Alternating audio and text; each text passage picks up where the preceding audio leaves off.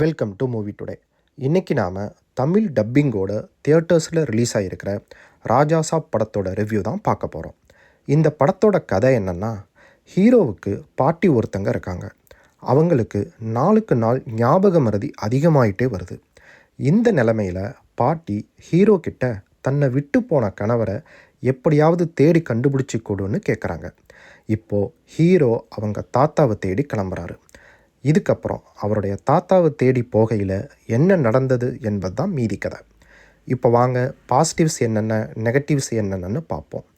Positives என்னென்னா, hero பிரபாஸோட பர்ஃபார்மன்ஸை சொல்லலாம். ஒரு கமர்ஷியல் படத்துக்கு என்ன தேவையோ அது மாசு, காமெடி, ஆக்ஷன்னு சொல்லி எல்லா சீன்லேயுமே நல்லா பண்ணியிருந்தார். இந்த படத்தில் நிறைய கேரக்டர்ஸ் வராங்க. அவங்க எல்லாருடைய பர்ஃபார்மன்ஸுமே பார்க்க நல்லா இருந்தது. அடுத்து சினிமோட்டோகிராஃபியை சொல்லலாம். படம் ஃபுல்லாகவே நல்லா கலர்ஃபுல்லாக காட்சிப்படுத்தியிருந்தாங்க. அதெல்லாம் பார்க்கவே ரொம்ப நல்லா இருந்தது. தமனுடைய மியூசிக்குமே நல்லா இருந்தது.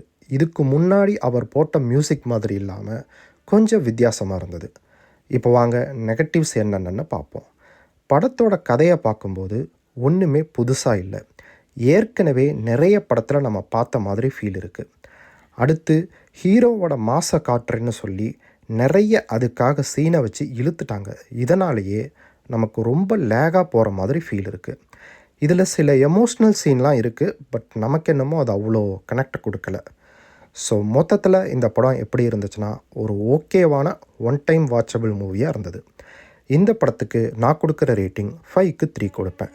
இதில் அடல்ட் கண்டென்ட்லாம் இல்லை, ஸோ ஃபேமிலியோடையே பார்க்கலாம். தேங்க்ஸ் ஃபார் வாட்சிங். நெக்ஸ்ட்டு ஒரு மூவி ரிவ்யூவில் பார்ப்போம். இந்த வீடியோ உங்களுக்கு பிடிச்சிருந்தா லைக் பண்ணுங்கள், ஷேர் பண்ணுங்கள் அண்ட் சப்ஸ்கிரைப் பண்ணுங்கள். இதில் ஏதாவது நிறைக்குறைகள் இருந்தால் கமெண்ட்டில் பதிவிடுங்க. தேங்க்ஸ்.